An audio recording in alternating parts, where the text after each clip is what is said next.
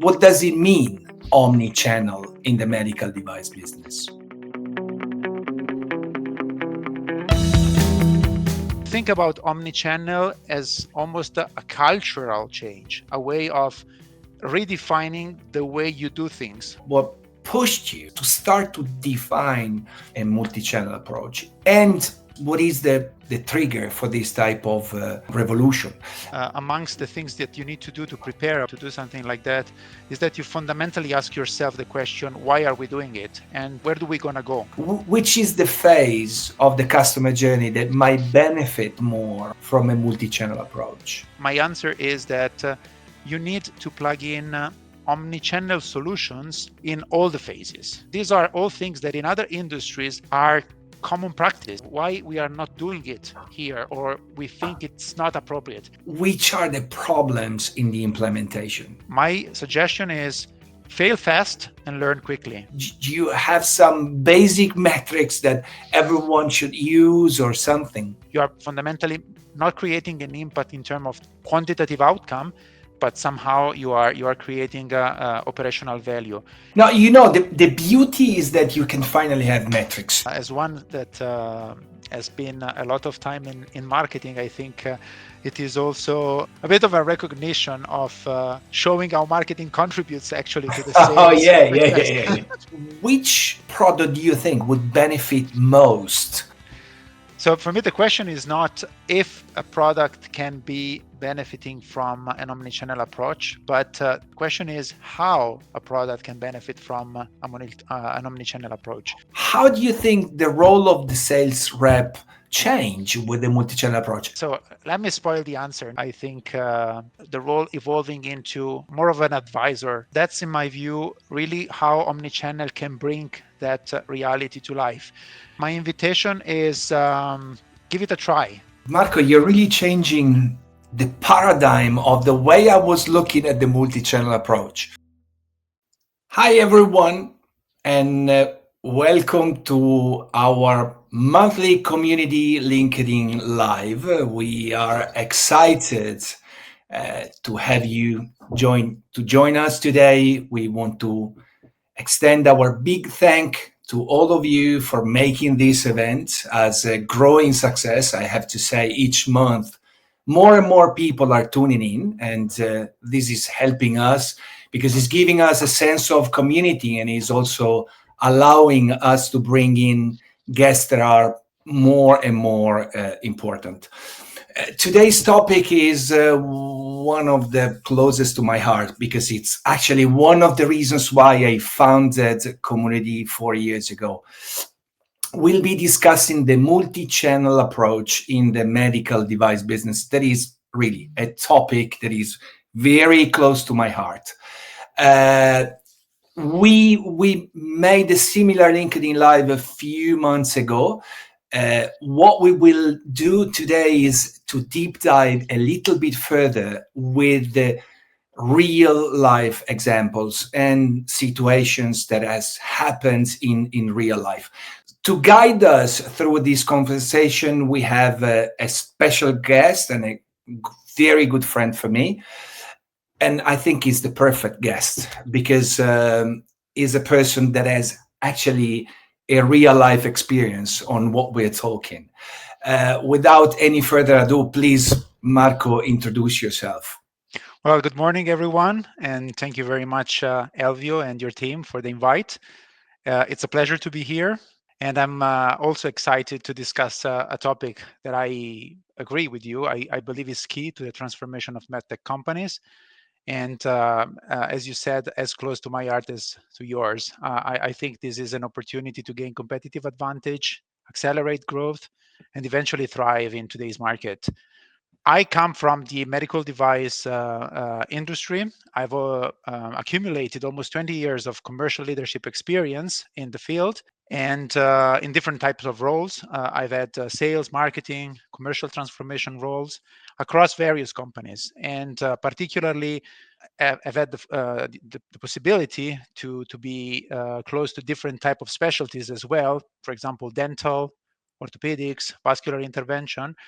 and deal with different types of products, from implants, biomaterials, but also capital equipment, software. And this is an exposure that has been very precious, because has helped me, or allowed me, to experience the market from very different angles, discuss with very different types of stakeholders, people, experiment different ideas, and eventually, appreciate what it takes to win, but also see potential limitations of established practices in our industry, and so continuously question what else we can do, how can we rethink the way we are approaching the market, and imagine alternative solution. After several years in the corporate world, I've recently decided to focus on providing consultancy and advisory services in this area, and I'm very excited to start the conversation and discussing together how we can approach omnichannel and how can we bring, as you said, tangible results in the space. Excellent, excellent, Marco. Let's move on. I think the great advantage of maybe Marco here is that he speaks from the experience. So we're not just talking about theory, but we're talking about reality, because he has successfully, as he said, he has successfully navigated the challenges of implementing a multi-channel approach. And I have to admit, there are not many people in the medical device business that have done this. So I think he can give us a unique perspective, and I'm very glad to have you here today. So I would start from the very basic question, that is, what does it mean, omni-channel, in the medical device business? Yeah, thanks for the question, and I think it is a great place to start indeed.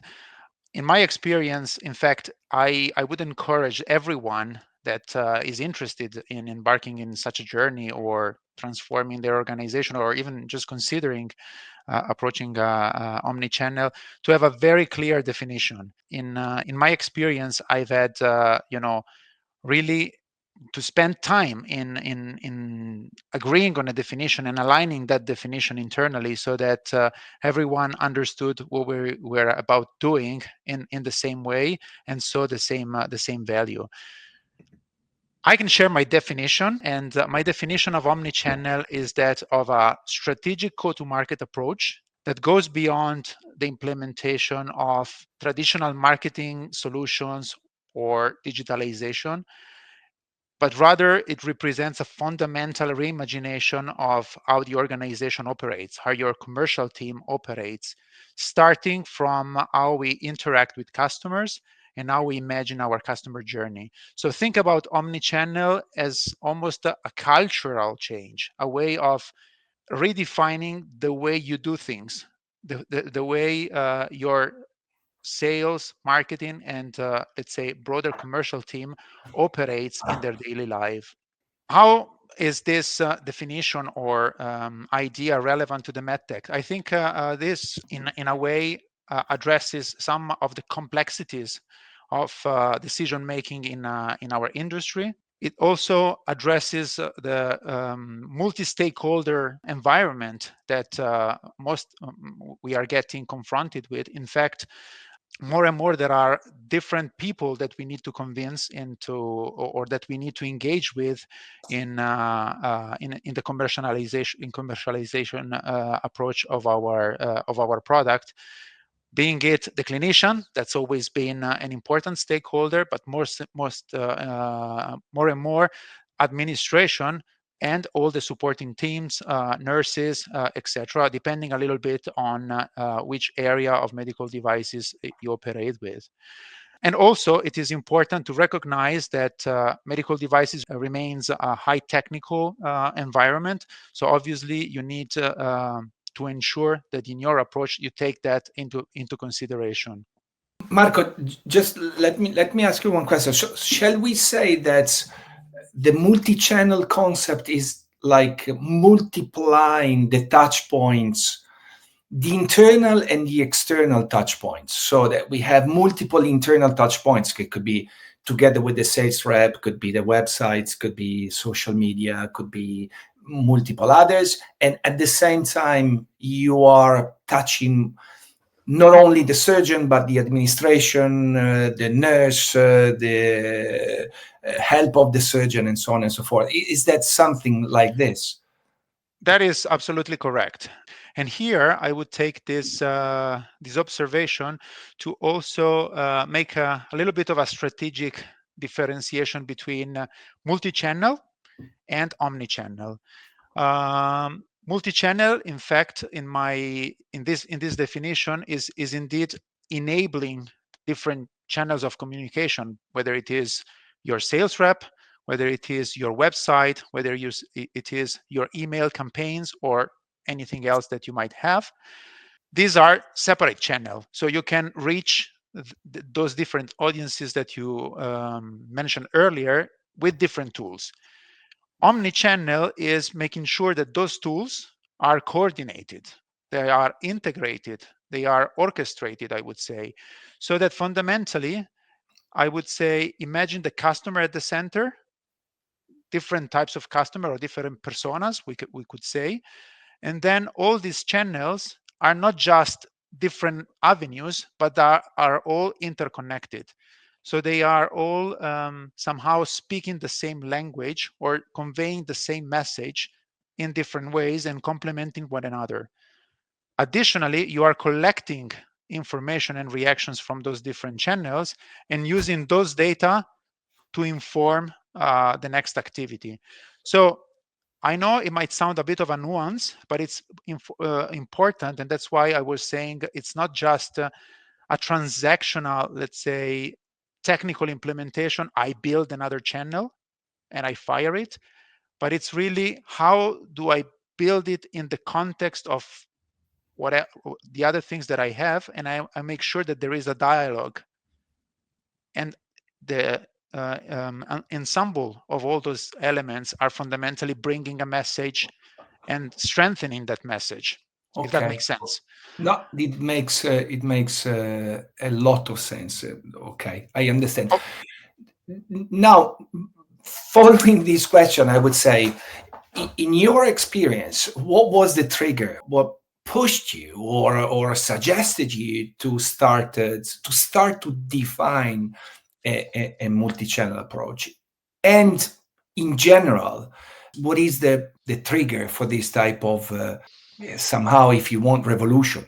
I'm asking you because in the last months and the last years, we've been talking about a repless solution. We've been talking about the change of the sales process. I heard a lot of theories, and I would like to understand what was triggering exactly your multi-channel approach. I think different companies might have different reasons, and I would also say that it's important before you start that amongst the things that you need to do to prepare about to do something like that is that you fundamentally ask yourself the question, why are we doing it? And most importantly, where do we going to go once this is done successfully? How do we see us after? So this before and after idea, it's really important. So I don't think there is one answer. Some companies might want to accelerate their revenue growth, some others might want to accelerate market share gain, some other will want to reduce cost. So there are different possible reason on the why. If I had to somehow build a picture, I would probably imagine three areas or three big ideas that can explain why we are talking about omnichannel in the medical devices and why it makes sense to consider doing it, which I believe are common to anyone, and then everybody can each one can define how it applies to their context. Certainly, there is an increasing in cost structures in the industry. This can be done, for example, from price pressure from payers. Healthcare systems are putting pressure on prices, so increasing prices is maybe not an easy avenue. You can do it, but maybe it's not possible every time and all the time. Maybe some of your product launches are delayed because of the regulatory environment.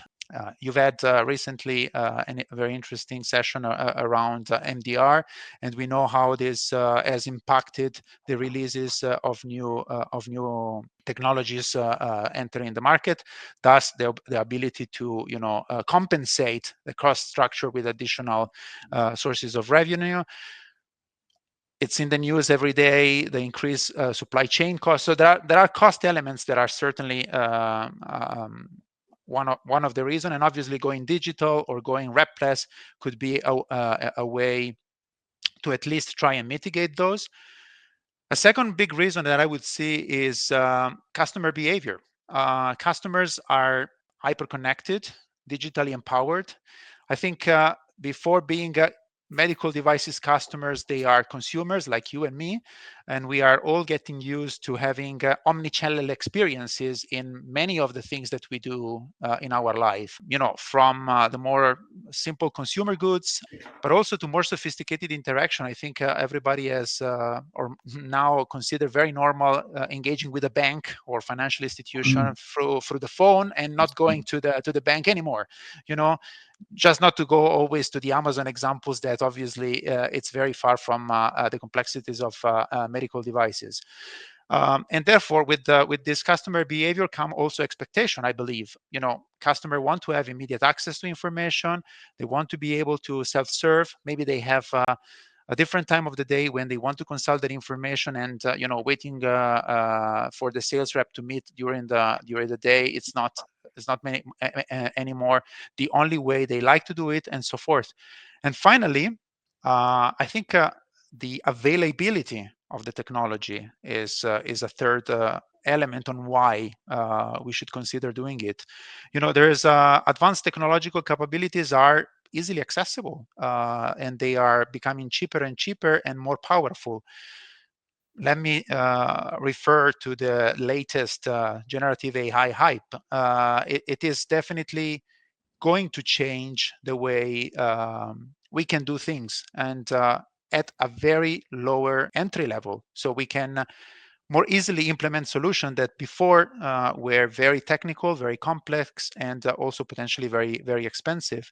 In the area of CRM, you might have heard recently, big name, big players announcing such kind of solutions, and this is one of the many reasons why I think it makes sense. Okay. No, that's it's an interesting perspective. To be honest with you, I've haven't thought of all those possible whys. That's interesting. And now I'm sure you will answer to the next question, giving me even further insights, because when I've been thinking about the multi-channel approach, technically I tend to think to the first phases. So we know that we have a customer journey with an awareness, with a learning. Then we have multiple phases. Uh, and generally, when I think of the multi-channel approach, I think of the first stages in which the client is bringing awareness. Uh, Instead, do you have a different experiences? Basically, the question is, which is the phase of the customer journey that might benefit more from a multi-channel approach? Okay, if you are now in the mood, and you are getting into my perspective, I think this is a very important question. I think it could be also potentially a tricky one. But as I said, if we get into the mood that applying omnichannel is a paradigm shift, is a fundamental way of rethinking the customer journey, my answer is that you need to plug in omnichannel solutions in all the phases. So if we can go back to the slide that we had just a second ago, let's understand what a customer journey could look like. We go from the awareness stage, that is basically when the customer becomes aware of a certain solution. Then we can imagine a consideration and decision phase when it's probably, diving deeper into the product or solution that is interested in, and maybe testing it. Then there is a purchase phase, the actual signing of a contract, whatever, sometimes direct, sometimes more complex, depending on the context you are operating. Then there is an implementation and usage. So the first time the product is delivered, it needs to be set up, or even trained on, or simply used for the few first cases. And then it might happen that you have support needs. And assuming that everything goes well, we typically would see a nice switch into retention and even potentially advocacy. So I think there are a few that are obvious, and awareness is definitely one of those. I think I would assume that there's no doubt that you can leverage digitalization to do, through the website, through campaigns, emailing, or whatever other form of digitalization you can reach customer. You don't have to anymore just bring your brochure within the clinic or an hospital. There are multiple ways that information can reach the customer. But think about the consideration and decision. For example, your website could not only display the product or have the banner of a new launch. It could include a section or parts of it where there is interactive product comparison tools. So it could be a capability that enables somebody, without having to have a discussion, to already evaluate more deeply what it is that the company has to offer, how does it function, how does it compare.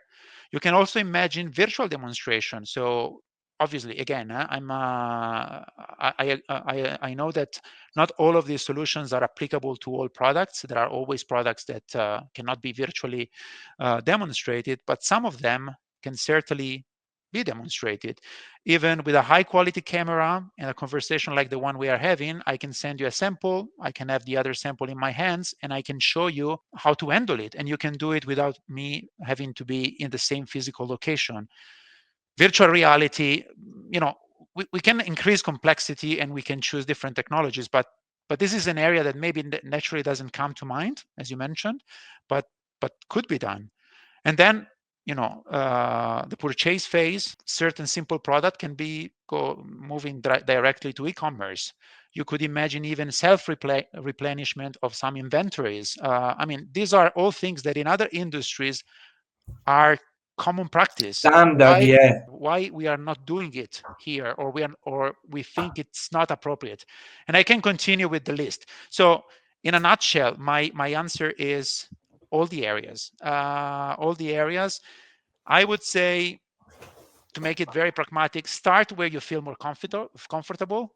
Start probably where the complexity is lower, but the impact can be big. And then experiment, try, collect data, assess feedback, and if it works, just double in and continue, and maybe try areas that are adjacent until you fundamentally cover potentially everything. Okay. Yeah. No, it's interesting. Because you're right. For instance, like now, I'm thinking to the orthopedics. That is one of the area where I have the largest experience. That is made by replenishment, and clearly, in that case, why not do it? Why not doing it digitally? Or on the other side, I'm thinking of the dental, where you could really have a phenomenal e-commerce organization that can be leveraged to increase your sales, or maybe to be able to access markets where you are less organized with the sales force. So yeah, no, absolutely, it's it's a very good point. Uh, Okay, this triggers a little bit the further question. That is, you have experienced this. Which are the problems in the implementation? So, what did you find being the biggest problem? Now, let's imagine that the people that is watching us uh, is willing to implement it. Where should they organize? What type of plan B should they put in place? My experience and my recommendation is, first of all, approach it as a program. You are willing to transform the way you are operating. It doesn't have to be a big transformation. It doesn't have to be an expensive, long, and changing upside down your organization, but it's still a transformation. Why am I insisting? Because in my opinion, and trying to keep more or less the same three idea structure, hopefully it helps. I've been told that three, it's the magic number to remember. So I would say, have a clear vision, make sure there is strong alignment within the team, and then facilitate collaboration. So let's elaborate a little bit around these three ideas. When I think about a vision, and I alluded to it before, I think on articulating a compelling why. I would encourage every organization that is embarking on this on writing a vision statement. As I mentioned earlier, you need to be able to say why you're doing the change. You need to appreciate where you are and when you will be once the change is completed, and make sure that everybody understands it. Not only understand it, but hopefully perceives it as meaningful, because you're asking people to change, right? So you are eventually, even if it's a simple change, it's still, an effort. Sorry, Marco, one question. When you say it's simple, because it does, to me, it doesn't look like a simple change. Like if I imagine a multi-channel approach to change the sales process, I think of a big change. But you're saying maybe you decide to organize in a multi-channel approach a very small piece of the process. Is that what you Yes. mean for simple change? Yes, correct. That's what I meant, and that goes, let's say, in the second part of the vision, let's say, vision and strategy point that I was making before, or point number one.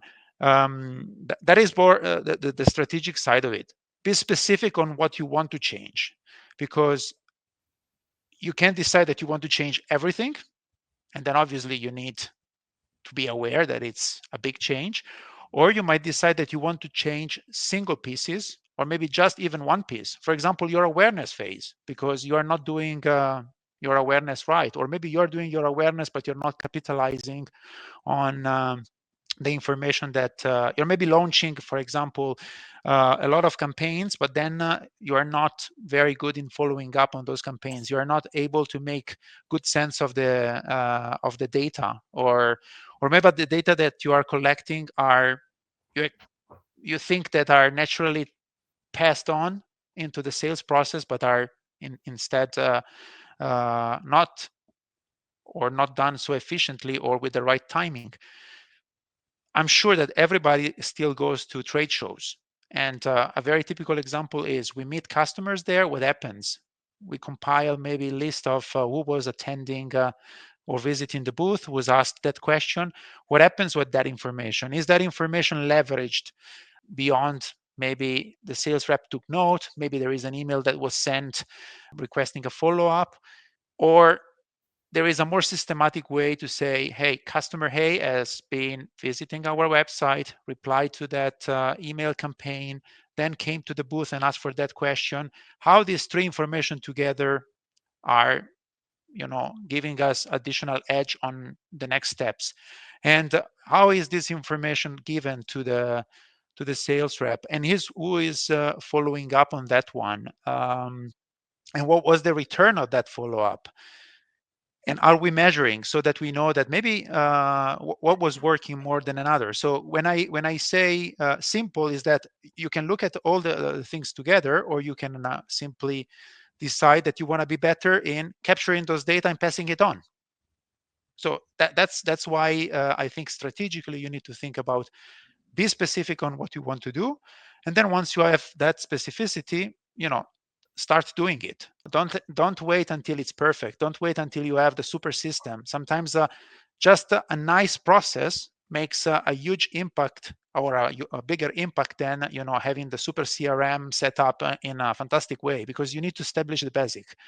My suggestion is fail fast and learn quickly. That's a bit of a common saying, but try it and then adjust as you go before build the next generation system, because that next generation system will not fix it. If you have the basic right, you can become more efficient, more sophisticated. But if you don't have the basic right, you'll probably fail even if you have the best and top solution. Okay, so because I wanted to ask you about the metrics. You know, in the digital words, everything is about metrics, and the metrics are becoming incredibly important to evaluate and improve. Exactly what you said. So, with these regards, I think the digital approach goes together with the multi-channel approach. Uh, but in your case, which are the metrics that are measuring the success? And probably, I suppose that the metrics are very linked to your objective, I guess. But do you have some basic metrics that everyone should use or something? So I think I'm gonna steal your sentence. First and foremost, make sure that your metrics are aligned with your objective. Yes, Okay. that's a no-brainer, but maybe it's worth repeating it. You had defined a why, you had defined where I want to be, and then if you don't measure if you've gotten there, then I guess you are already starting on the wrong foot. And as we said, you can have more sales as your key deliverable, cost reduction, happier customer. You choose it. Then I think there are so many different metrics, and I want to be concrete and give you some, let's say, example. Let me think. I would still keep my rule of three. So you could imagine quantitative indicators, like for example, in the awareness phase, how many leads did you generate? Count them. Conversion rate, how many of those leads have actually made it through your sales funnel and became potentially an opportunity that is in the ends of sales? What was your customer acquisition cost? You can measure all the steps that Mm. you have done and define the total cost of it.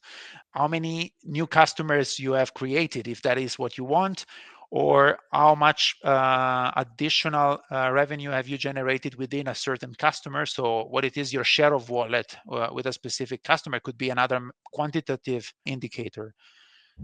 I would also recommend to measure some qualitative metrics. A very common one could be net promoter score, right? It's very Sorry, common. which score? Net promoter score. So you I understand. don't know what it is. Okay, but fundamentally, Sorry for. no. You are trying to understand how much your customer like you in a way, or the Okay. way Okay. they are experiencing you. You can analyze the satisfaction with the customer journey. I mean, we have looked just a moment ago at the customer journey itself. So you might want to qualitative assess if that works, if a channel works better than another. Maybe you are testing two different ways of delivering one of those specific steps, and you want to analyze the sentiment. So I'm happier, or it works better when I have an inside sales rep, or when I have an automated or a physical person, automated solution, or a physical person for that step. These are all, let's say, more qualitative metrics, because it's more of a dialogue and understanding. I like it or I don't like it, but they can inform your decision. And then obviously you can have some. I would call them operational efficiency metrics, like for example around your sales productivity.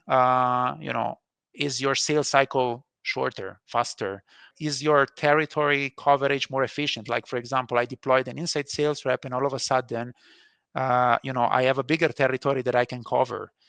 I have deployed this channel, and all of a sudden I don't have to have somebody taking care of this. This is taken care alone. So you are fundamentally not creating an impact in terms of, let's say, quantitative outcome, but somehow you are creating operational value. Let me conclude by saying what I have learned. More than the metric itself, in my opinion, it's important to focus on a few principles. Measure. So whatever you decide to measure, focus on value creation. So measure what really think is that generate impact. Then I would say keep it simple. It's very tempting to measure everything. We have the possibility to measure everything, but it's also to keep Yeah, you can get greedy and be willing to measure everything and to understand everything, especially if you're talking to your executives. Yeah, exactly. And then I just say it this way. Remember that managing those data is not cost free. At the very least, somebody needs to input or needs to read them. So, and I don't go even to the cost of storage or all of the other stuff, right? Data cleansing and all, let's avoid all these complications. But just doing it's already time and therefore money. Then be specific to your target group. I also see that you measure many things and then you distribute this information to everyone. My recommendation is make sure that you distribute the data to the people that need those data, because you might have functional teams in marketing, for example. You might have some people that want to know all the nitty-gritty details because it's instrumental for them to maybe improve the system, tweak whatever solution that they have developed, but those information are probably not necessary to higher level discussion, maybe not to the functional leader, for example. Maybe they only want to see 3 things. So again, the be specific, it's my next recommendation. And a couple of more. I would say take a modular approach, which means if you can, try to have all these metrics, imagine as a Lego, as building blocks. Each of these metrics, maybe not all of them, but at least a cluster of them should be interconnected. Why I think this modular approach makes sense? Because you can look at a data, maybe at a higher level, and then you can ask yourself why, and go at a deeper level. And if those building blocks are interconnected, you can see dependencies and relations. And then if you modify one, automatically you have an effect on the top, and vice versa. So that you can change things and see how things move accordingly. And that helps you to tweak your solution and also to navigate on, because maybe the metric that if you don't do that, then you might have to go to dismantle everything and rebuild everything. And as this is a continuous evolution and you're learning, I think that taking that modular approach will be tremendously valuable. And if I can give the very last one, I think the most important, probably, I leave it for the end, but make those metrics part of your regular reviews. Use them, because if you do measure and then it's not part of your dialogue, then I think it doesn't fly. It needs to become part of your language. So if you have your sales meeting every week, then look at those metrics. I'm not saying only those metrics, but certainly those metrics. Similarly, at the quarterly review, with whomever, country level or regional level, show those metrics as well. Otherwise, you don't put the right. So, no, I appreciate this fact. It might sound silly, but it's I'm seeing this in many of the activities that we're doing. That when you're building your metrics architecture, you're thinking, as you said, I want to understand this, I want to understand that, and then after a couple of months you tend to forget and focus only on the top. Like if the awareness is your objective, you tend to focus on the lead generation only, and instead you may have some other metrics that might help you to define or to improve some other portions of the process. No, I understand. And I think that's another valid point. You don't have to stick to the metrics just because that's where you started. You might have different phases, and in an initial phase, you want to focus on lead generation, for example. Then you go there, and then in the second phase, you want to go to a more sophisticated, and you move, and sometimes and also have the courage to eliminate, either because you don't need them anymore, or simply because you realize they don't bring the value you had expected. Now, the beauty is that you can finally have metrics in my mind, because Yes. one of the things that are are killing me is that in the existing process, you don't have metrics. I don't remember in my executive experience having the understanding of what you mentioned, like the cost of making a client, or even in the simplest way, just to understand the average time between the first contact and the closure. That is a very important element, because may let you understand if one of your campaign is successful or not. So yes, the ability to measure, to me, is fascinating about this approach. And I mean, as one that has been a lot of time in marketing, I think it is also a bit of a recognition of showing how marketing contributes actually to the Oh sales yeah, yeah, success. yeah, yeah, yeah. Yes, yes. Oh, okay. One other element that is very interesting is which product do you think would benefit most from a multi-channel approach? In the medical device business, we have multiple products, from like, I don't know, a very simple drill to a super sophisticated robotic system, and you have a wide array of products. Which one do you think is more prone to have success, or to get more success from a multi-channel approach? So if we have agreed on the definition of what it is an omnichannel approach, then you know the answer. The answer is all of them. So for me, the question is not if a product can be benefiting from an omnichannel approach, but the question is how a product can benefit from an omnichannel approach. If we go back to what we said before, the customer journey is, you can plug in element of omnichannel, because omnichannel is a way of working more than it is a specific tool at a certain stage of the process, right? Now, to make it concrete, and if we can go back to the slide that was just showed before with the matrix, I would say let's look at this slide for a while. What does the slide shows? It shows two very simple axes, and this is my let's say product engagement segmentation matrix. So that's how I would define it. On the x-axis, you have the product according to their complexity, from the lower complexity to the higher complexity. And on the y-axis, you have the engagement type, and I define a low engagement or a low touch point, anything that is either remote or automated, so somehow that has less of a human presence and control on the actual activity. Obviously, there is always oversight, up to higher touches, which is really, you deploy a person or sometimes even a team that needs to go and, assess the location, plan for the investment, make installation, complex devices.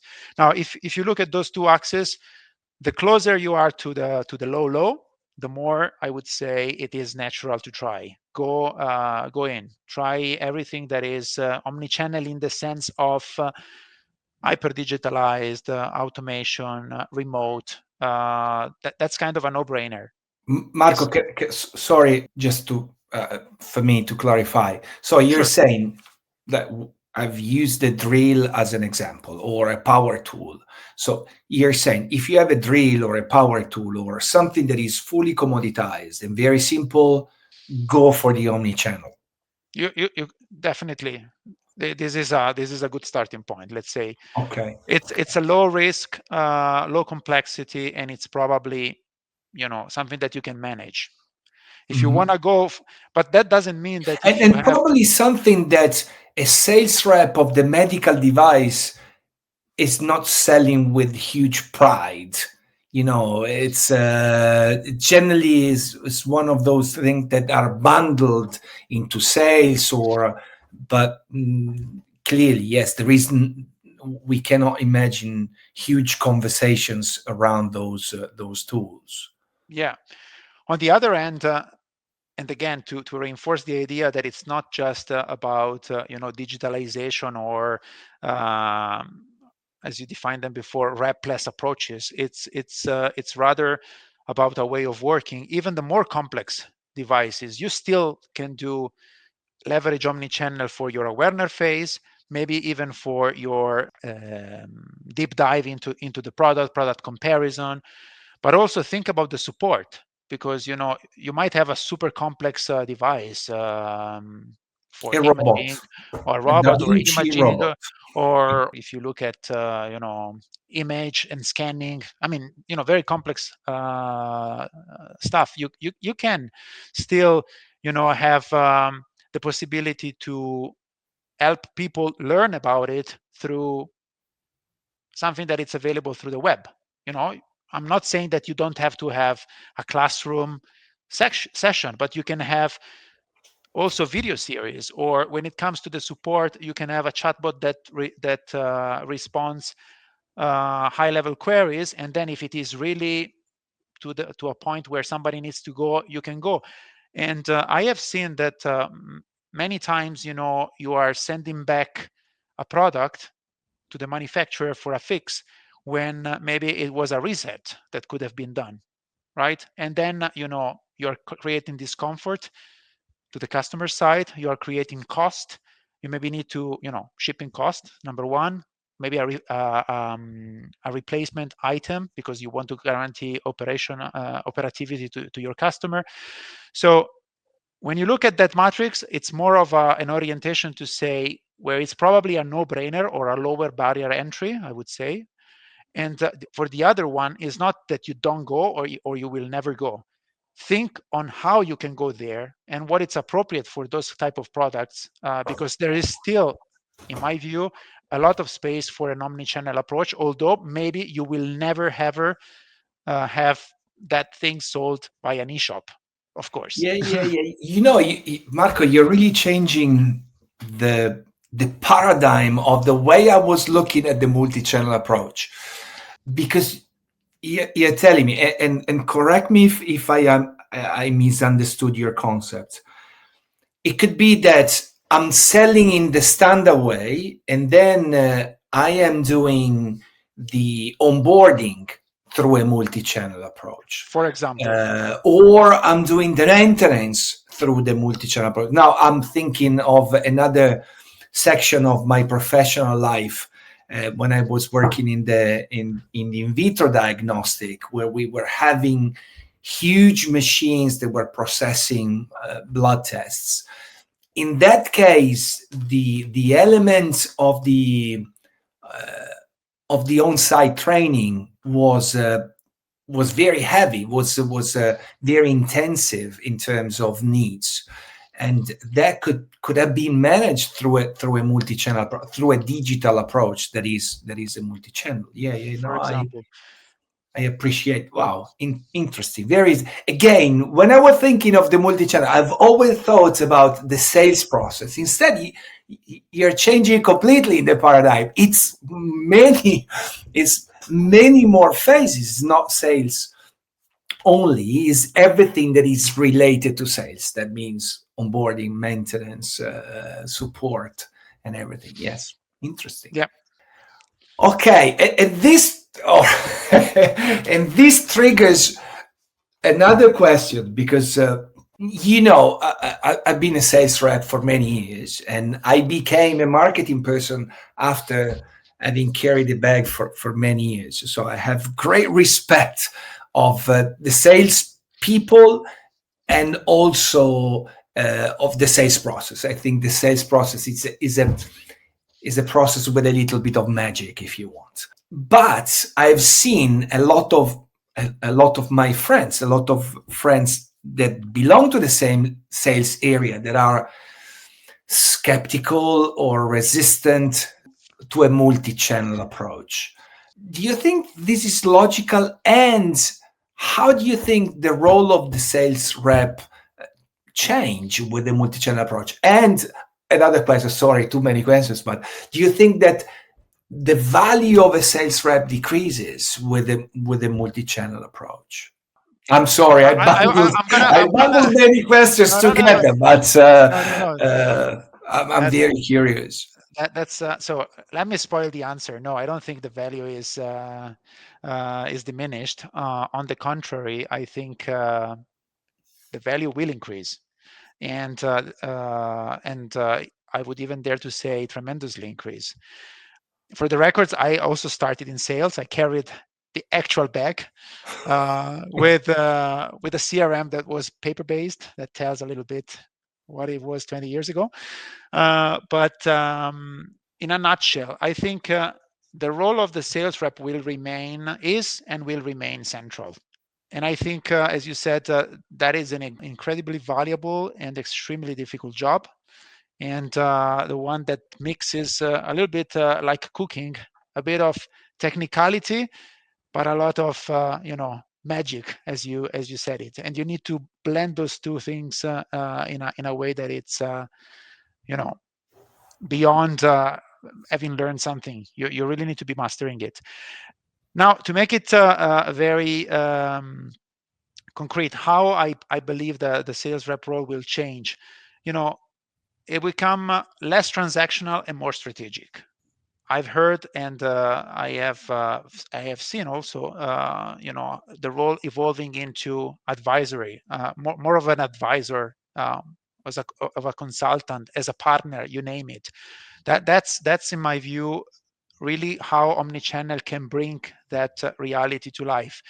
And I think many of the sales reps are very busy in doing activities that don't pertain necessarily to sales, so that are more administrative oriented, that are more problem solving oriented. And I'm not suggesting that by doing omni-channel everything will go away Yeah, magically. Of yeah, course, I mean, let's be realistic. But if we can reduce it, if we can reduce the burden of doing that, how much more time we will be free to do other things, to do that strategic consultancy, to sell that incremental product that marketing wants us to sell, but we don't have the time because we focus on the key winner, and then the other one, maybe the time is over, right? But if there are other tools, maybe when we arrive the presentation is done, and then I can leverage all those touch points that have happened previously to finally building it in. Or maybe there is a way to create an offer that is more dynamic and gives me the possibility to build it in an automated fashion, or getting approval more for that particular offer faster. So in way in if I can summarize in a few ideas, this strategic advisory positioning, the data-driven engagement. You'll be able, as a sales rep, to have much more information around your customer. It's not just the things that you have done, or the big things that the company have done, but you could get those things happening in the background and giving you prompts or insights that you are going to immediately use with your magic. And of course, you'll have to work a little bit on some new skills. Maybe your digital literacy needs to increase a little bit. Your analytical skills will have to increase a little bit. Maybe you will have to play around with some new tools, but they will hopefully become your friends, because you'll see an immediate value, and eventually reach your sales quota earlier. That's the best way to make a new friend usually when you are a sales rep. Oh yeah. Yeah, sales quota and bonus, Of of course. course. Okay, no. I get your point. Marco, we're very close to the hour, and we try to keep it always within the hour. So I would like to spend the last 4 minutes in some closing remarks. So first of all, I really would like to thank you. It's been incredibly enlightening.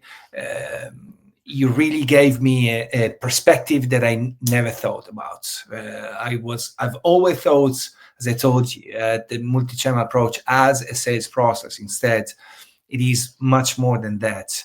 And being much more than that can probably be organizing the way you said. You can focus on a certain portion of the project, improve that one, implement that one, improve that one, and then move to another step of the process. So start to gain incremental value to your overall process.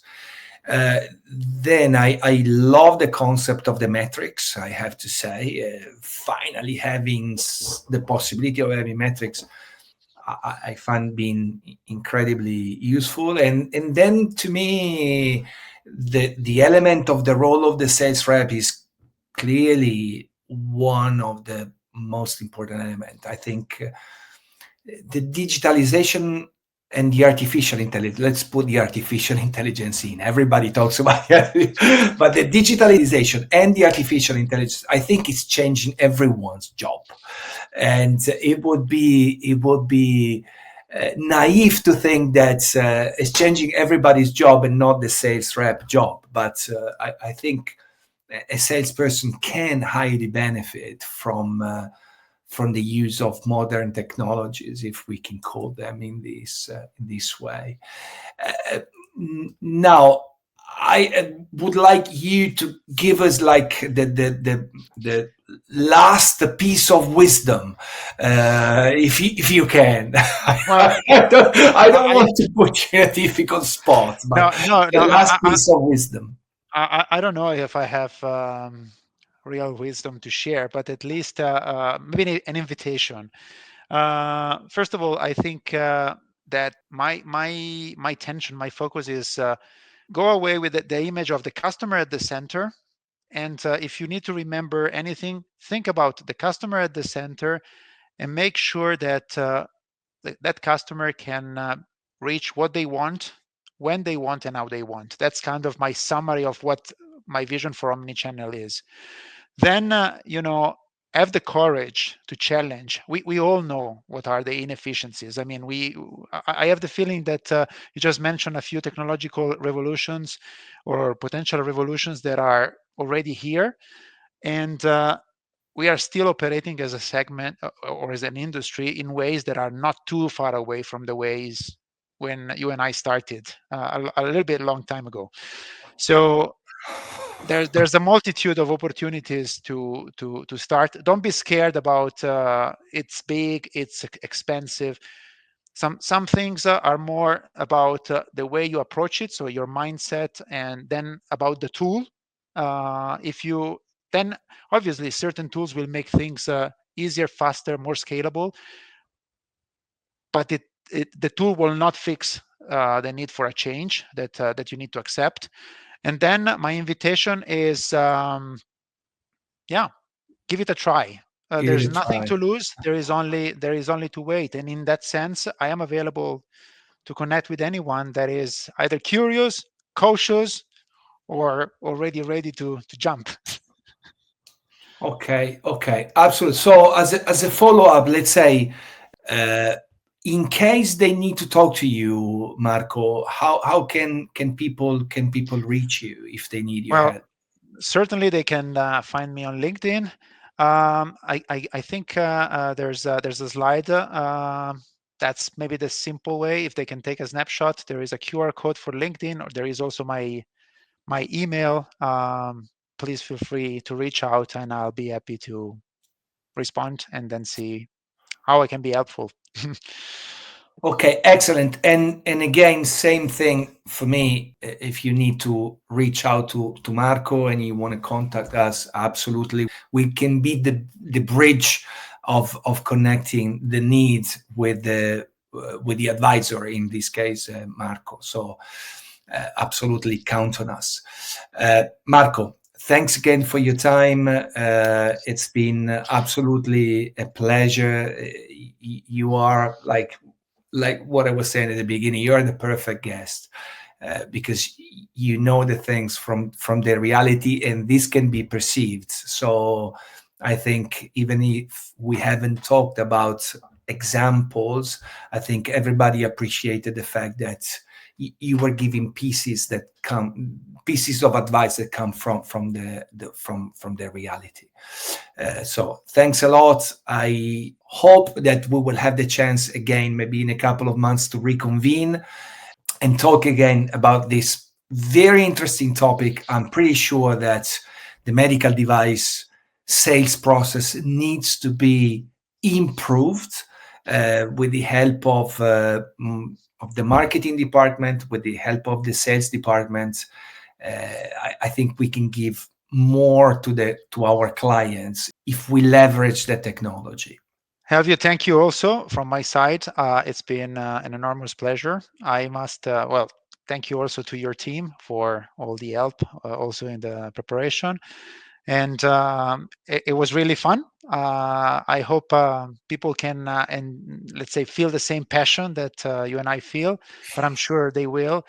And of course, I'm more than happy to, to deep dive any other time in any of the pieces or revisit the topic in whatever form people want to discuss it. Thank you. Excellent. Thank you, and have everyone a great day. Thanks a lot. Bye bye.